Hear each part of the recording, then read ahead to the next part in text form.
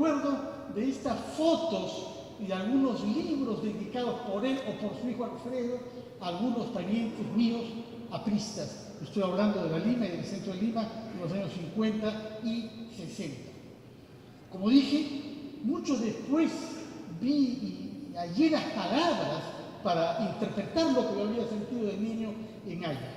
Lo que no tuve naturalmente es la suerte que tuvo Haya de 10 días después de haber llegado de su Trujillo natal, ser recibido por el director de la Biblioteca Nacional, que él lo honra haciéndolo pasar a la sala del director. Me imagino que la señora Manarelli hará lo mismo ahora, aunque los tiempos son otros. Y es notable el relato que hace Haya Latorre de ese encuentro inicial, porque él mismo dice, en Lima todo el mundo olía que yo estaba todavía con el olor a lana provinciana, dice Haya Latorre. Y este señorón, mucho mayor que él, estamos a pocos meses de su muerte, y lo recibe y le hace preguntas que no son protocolares, que son preguntas verdaderas. ¿Usted es escritor? No, yo soy estudiante universitario, contesta Haya. Y lejos de replicar González Prada algún formalismo, cuídese de la universidad, porque puede aplastarlo, si no la aplasta usted, le contesta González Prada a Haya, que ya sabemos cómo enfrentó al decano de su facultad, que le obstaculizó su graduación a causa de la insolencia. 7 años después de la muerte de González Prada, Haya, deportado, escribe lo siguiente en Argentina.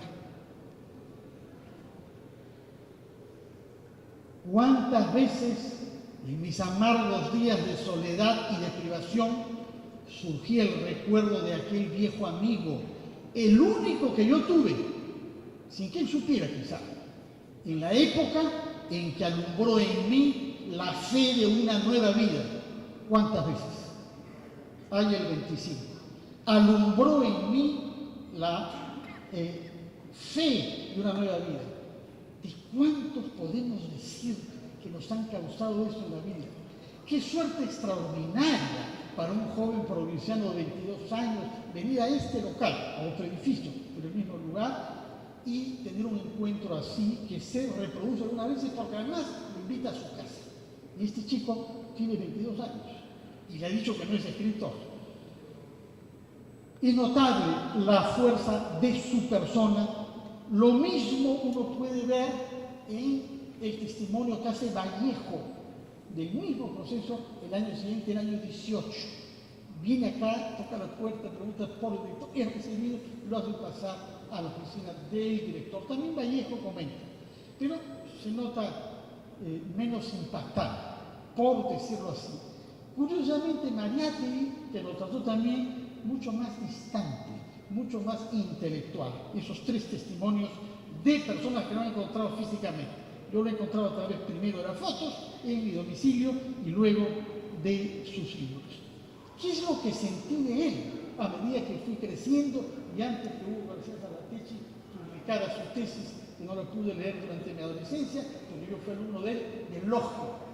Ese era el tema de su especialización.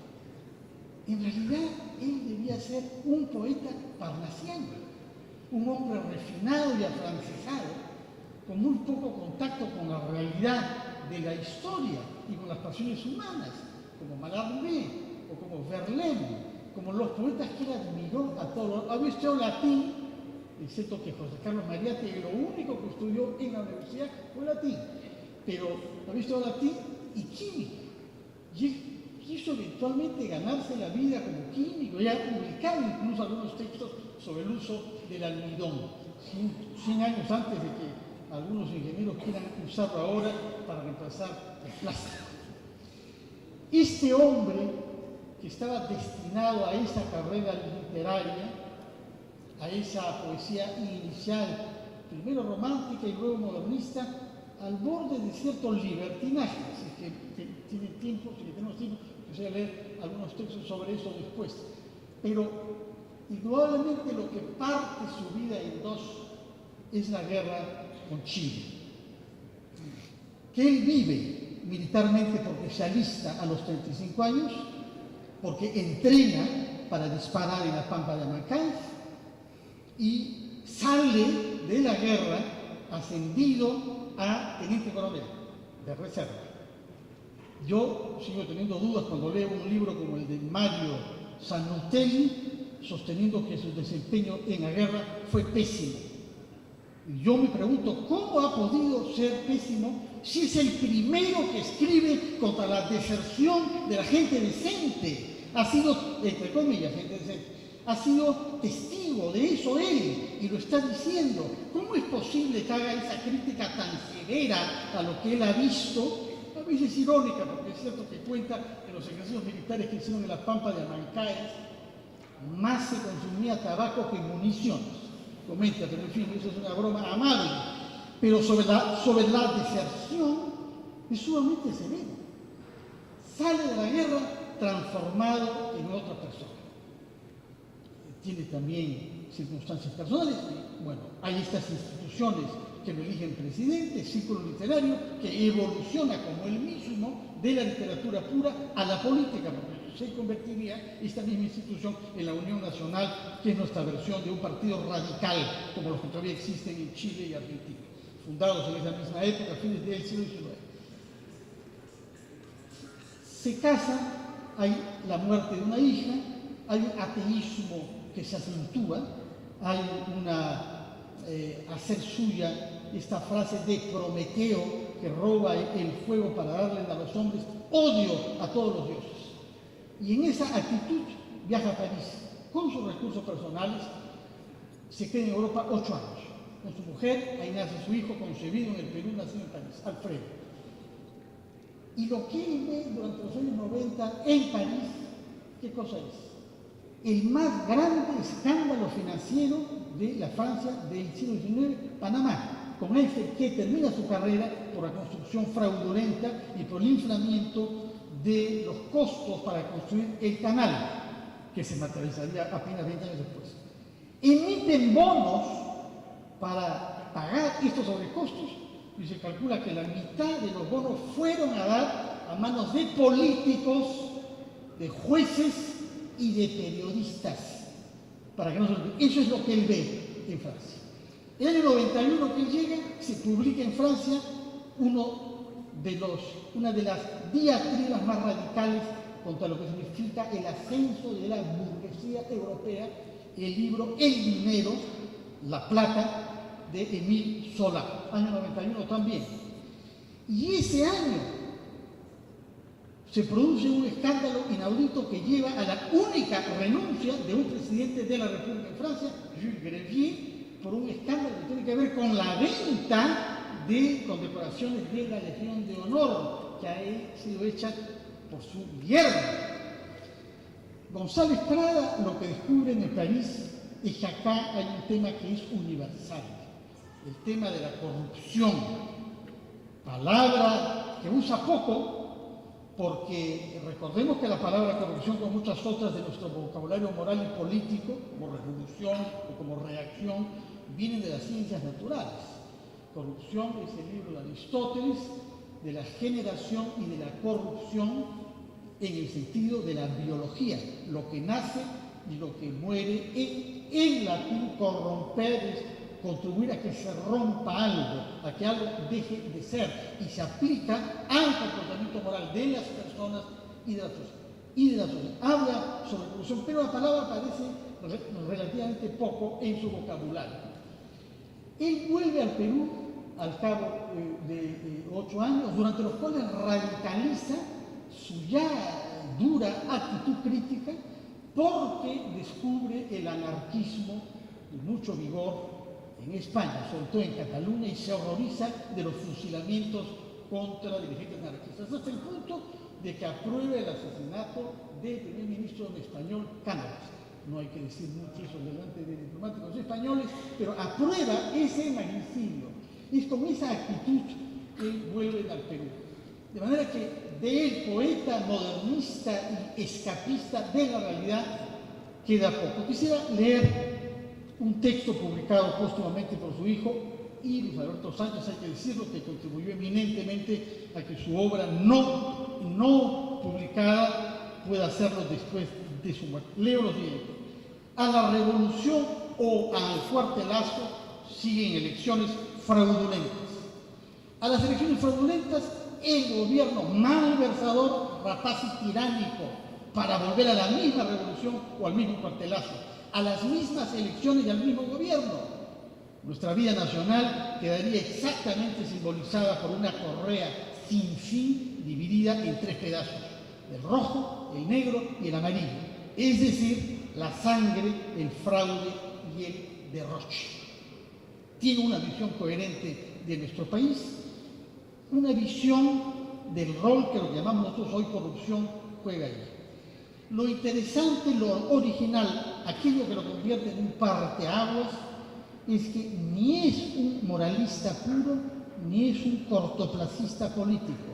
Intenta comprender la corrupción desde el punto de vista de cuatro criterios que desarrollan a lo largo de numerosos artículos. Uno es que hay que entender lo que la historia ha hecho de nosotros, de dónde venimos, y introduce por eso una visión crítica de lo que fue la conquista y una visión crítica de la corrupción en la época colonial, que algunos tienen tendencia a mistificar tras los ropeles de la Iglesia y de la corona española. Hay una visión entonces de la conquista, de la época colonial y de los inicios de nuestra república, que él caracteriza como 50 años de guerra civil, desde el 21, en realidad, hasta los 70, que llega al poder Pardo. Entramos ahí a una época moderna del siglo XIX y sale de la guerra, como ha sido dicho ya, enemigo de las tres figuras políticas que la guerra ha producido: Cáceres, Piérola y Pardo hijo. Si ya despreciaba al padre Pardo Manuel, asesinado en el año 78, cuanto más al presidente Pardo, y por eso explica que él acepta el cargo que él había recibido de Billinghurst, que tenían un programa mucho más progresista, si cabe la expresión, acepta para restablecer el orden y por la responsabilidad que había asumido ante la biblioteca, lo que no le impide criticar políticamente a Pardo y a los civilistas. Criticar es la palabra clave, es el primer autor que ejerce la crítica integral a nuestra historia y el estado de la sociedad presente. Digo a las tres grandes figuras que nacen de ahí, dos de las cuales hacen coalición, porque Cáceres gobierna primero y luego Piérola en alianza con los civilistas, que él repudia a los tres por igual. La guerra con Chile refuerza eso. La corrupción, tal y como él analiza, está explicada históricamente. Hemos llegado a esto por estas etapas. Lo que tenemos que deshacer es el conjunto de los mecanismos que se han hecho intrínsecos del funcionamiento de nuestras instituciones. En segundo lugar, de todas las clases sociales. Eso es lo que es interesante. No está limitada a una cierta clase. Palma escribe a Piérola, que se ha retirado ya de Lima, esa carta atroz, dándole cuenta del estado de Lima, unos días después de la derrota de Miraflores, diciendo: y esto es culpa de la oligarquía civilista que nos ha mal gobernado y la raza abyecta de indios que tenemos. Eso es lo que Palma dice en el año 81. En González Prada, pienso que es cierto que hay esta defensa de los indígenas, no se priva de decir en algunos textos: cuidado, que los indígenas que se adaptan a Lima pueden volverse peor de limeños que los más redomados limeños. ¿No es cierto, González Prada? Todas las clases sociales, todos los oficios, ya lo hemos visto un poco en el texto que leí, es mucho más explícito. Es un tema de la empresa privada, Grace Dreyfus lo cita en abundancia, es decir, del sector empresarial, de los políticos, de los jueces, de los intelectuales, de los periodistas y sobre todo, habría que poner el acento ahí, en eso original también, de los curas. Porque de lo que se trata para él es desmontar los mecanismos ideológicos de la Iglesia que hacen imposible la crítica y que es responsable de fenómenos, según él, como el del sometimiento de las mujeres, todas las profesiones. Y en cuarto lugar, la corrupción no es solamente una práctica objetiva e institucional, es la cultura que tenemos en la cabeza, son los valores que hemos asimilado. Leeré algunos textos sobre eso después. Hay una contribución que tiene que ver con las circunstancias políticas concretas de su época, con las causas que nos llevaron a la guerra y a la derrota. Quiero leer un texto, si me permiten unos minutitos, que es uno de los pocos textos futuristas de Palma, se llama 2200. Leo.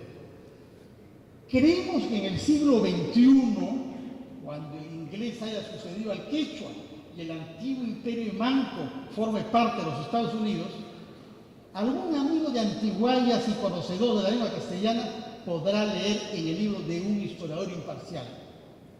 En el guano de las islas y en el salitre de las playas tuvieron los peruanos un asombroso venero de riqueza que habría podido convertirse en una de las naciones más prósperas y felices.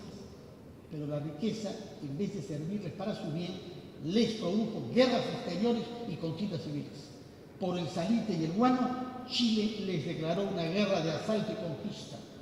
Por el guano y el salitre se acostumbraron los hombres a improvisar fortunas colosales, menospreciar el trabajo honesto y vivir en el ocio de los cargos públicos.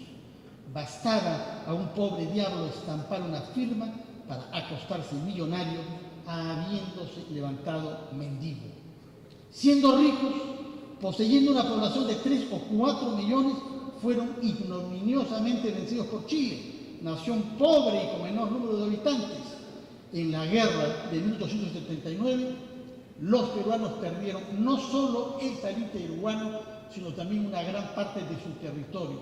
Pero ni la derrota, ni la mutilación, ni el ultraje, ni el azote, nada les sirvió de escarmiento ni de elección. En lugar de fortificarse para evitar los sucesivos ataques del enemigo ausente, se debilitaron para facilitar las nuevas conquistas. Cayeron en la más necia de las ilusiones en que puede caer un pueblo, en figurarse que la salvación les vendría de algún amigo desinteresado y generoso. Por eso adoraron a Bolivia, por eso lamieron humildemente los pies de la Argentina. ¿Cómo era posible dignidad y nobleza en nación caída tan baja? No hay crítico más severo de lo que él ha presenciado, repito, participó, aunque el señor Sanutelli quiera negarlo, en la guerra, vistió nuestro uniforme. Dije antes que viaja, este largo viaje, hay una abundante obra que deja y que es publicada. Al final, bueno, es un hombre severo, es un hombre duro. Antes conversábamos, sí, efectivamente, vaya usted a saber algunas dificultades personales, lo que sea, ha hecho él el más duro crítico de nuestra sociedad. No lo ha habido después. Se le puede reprochar, es cierto, que no haya sido un estratega, que no haya planteado ideas, que cuando ha tenido alguna influencia institucional haya renunciado a las sucesivas instituciones a las que ha pertenecido. Pero quisiera regresar y terminar por donde comencé, su obra poética. La obra poética, eso es lo que él quiso hacer fundamentalmente, tiene componentes también emancipadores. Y por eso quiero leer un poema, pero en fin tiene forma de teatro, es un diálogo, se llama Voltaire y San Pedro. Voltaire, que es la figura clásica del deísmo anti-iglesia, excomulgado en el siglo XVIII, inspirador de la Revolución Francesa, como excomulgado naturalmente estuvo González Prada también. Y dice al estilo de Luciano, autor de teatro latino, naturalmente. Leo, Voltaire, se puede, San Pedro, como tú en el cielo, Voltaire, desde que te has colado tú, no veo razón para no escurrirme yo. San Pedro, estoy canonizado, Voltaire, porque hablando entre nosotros, más tuviste de santo que de apóstol.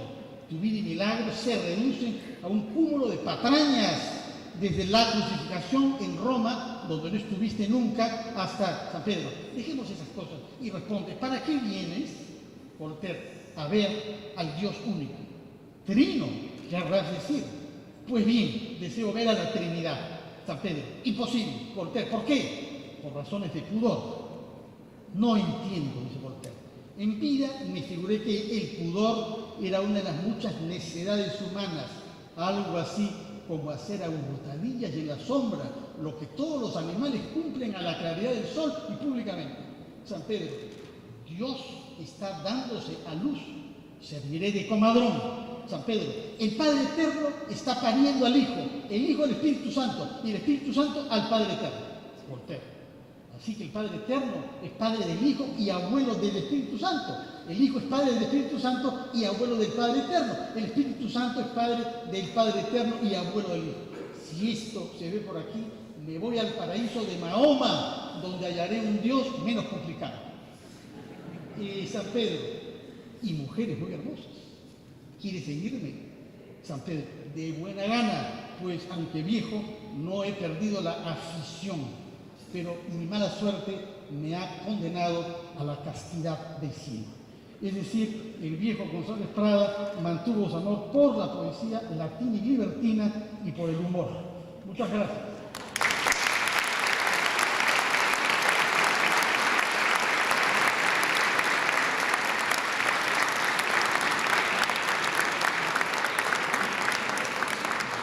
Agradecemos la participación de Fernando Carvalho.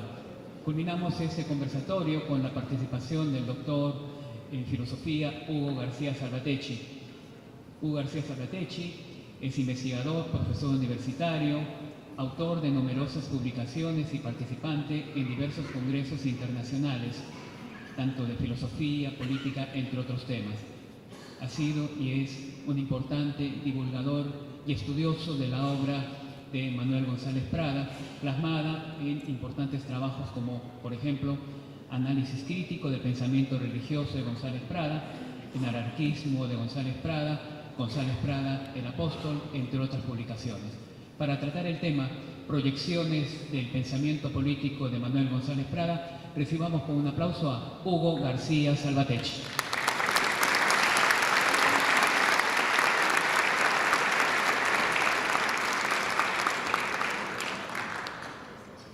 Señora ministra, señores congresistas, estimados amigos.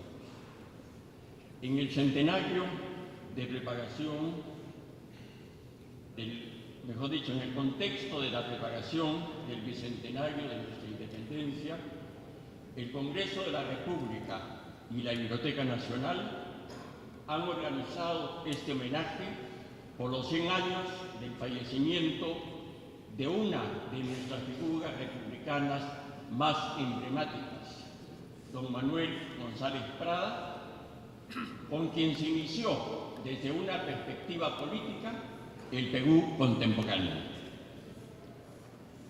Don Manuel consideró, tras el desastre de la Guerra del Pacífico, que nuestro principal deber moral se centra simplemente en decir la verdad. Su eslogan fue: rompamos el pacto infame de hablar a media voz. Como sucede con los grandes apóstoles, don Manuel en vida y después de muerte se convirtió en un auténtico signo de contradicción.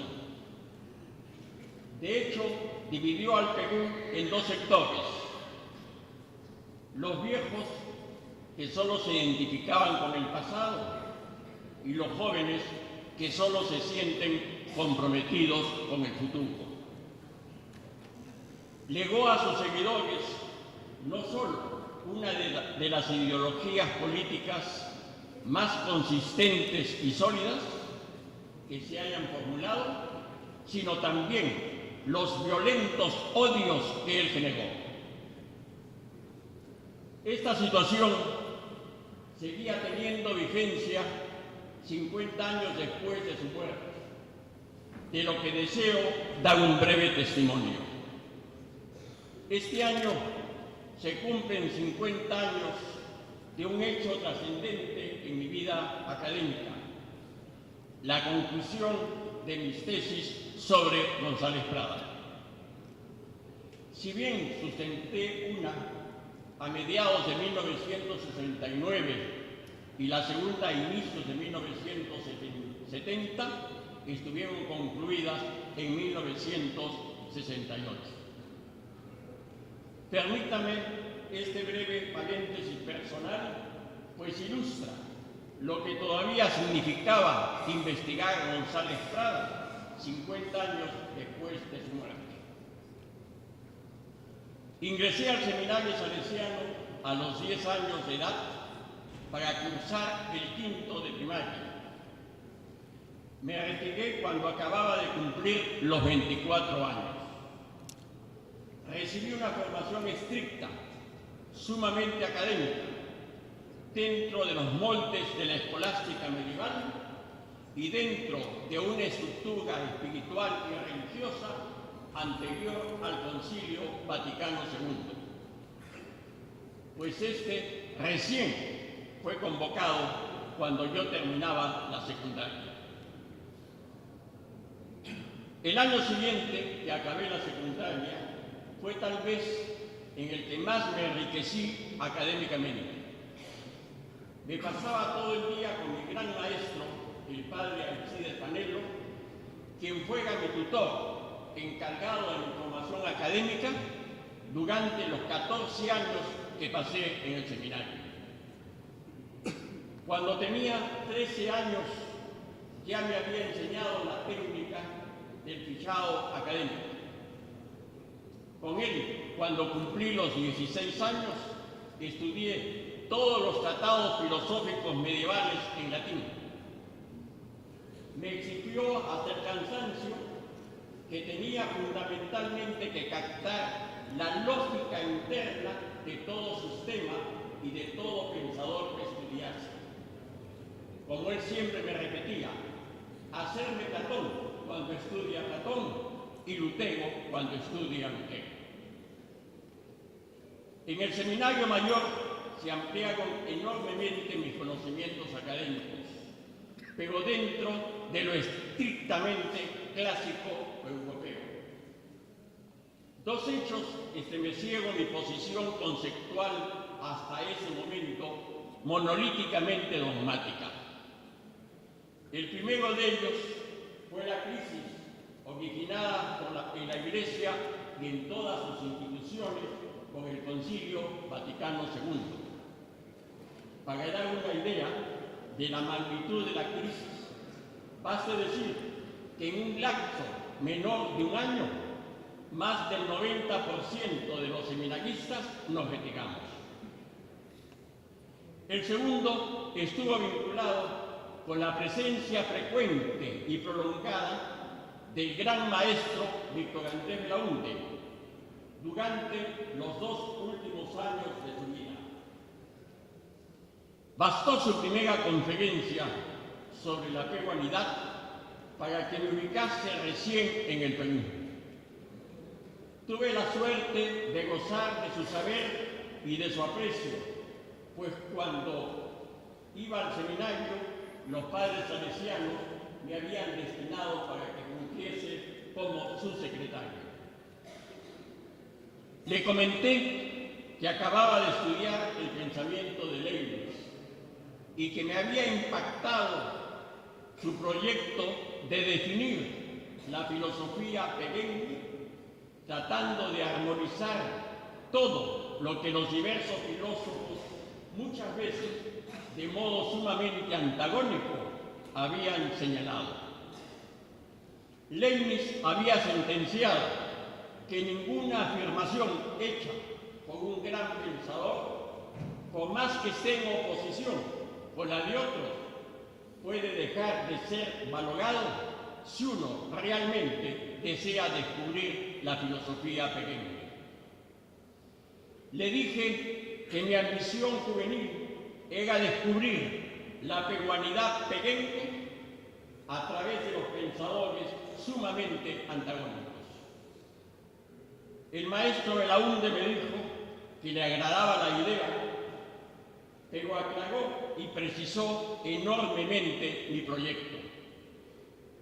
Aristóteles señaló que lo más importante que aprendió de Platón no estuvo en la lectura de